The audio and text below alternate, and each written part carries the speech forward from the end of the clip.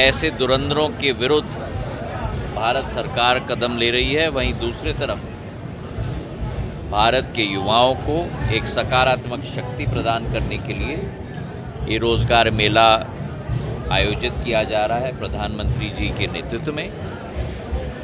कल के करीब 51,000 नौजवानों को एक नया अवसर दिया जाएगा और पूरी क्षमता कल के कार्यक्रम के बाद, जब से ये शुरुआत हुई है रोज़गार मेला की अवसर, 10 लाख तक ये संख्या पहुंच चुकी होगी।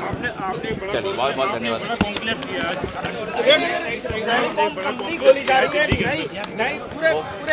अंतर्राष्ट्रीय, नई दिल्ली के अंदर नहीं, अंतर्राष्ट्रीय क्वांटम कंप्यूटिंग का कॉन्क्लेव है। जिस श्रेणी में हम इंफॉर्मेशन टेक्नोलॉजी को, सूचना प्रौद्योगिकी को जानते हैं, उसमें जो परिवर्तन जो पहले ज़माने में दशकों में होता था, फिर सालों में होता था, फिर महीने में होता था, आज दिन और घंटों में हो रहा है। क्वांटम कंप्यूटिंग के आधार पर जिस तरीके से इस्तेमाल फिज़िक्स और गणित, मैथमेटिक्स का संगम बनाकर होता है, उससे कंप्यूटर की कंप्यूटिंग कैपेसिटी 1000 गुना बढ़ जाती है।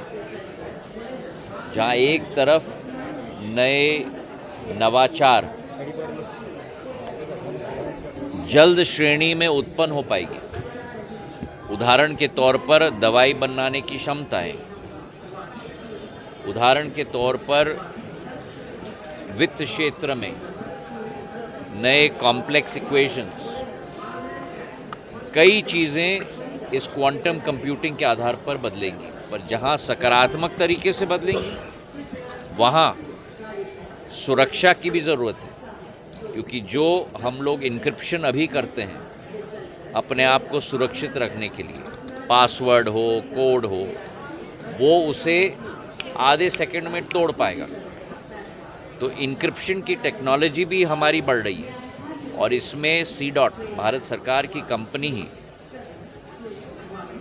हमारे इनक्रिप्शन टेक्नोलॉजी के आधार पर नया नवाचार करके अंतर्राष्ट्रीय जगत में भी ले जा रही है।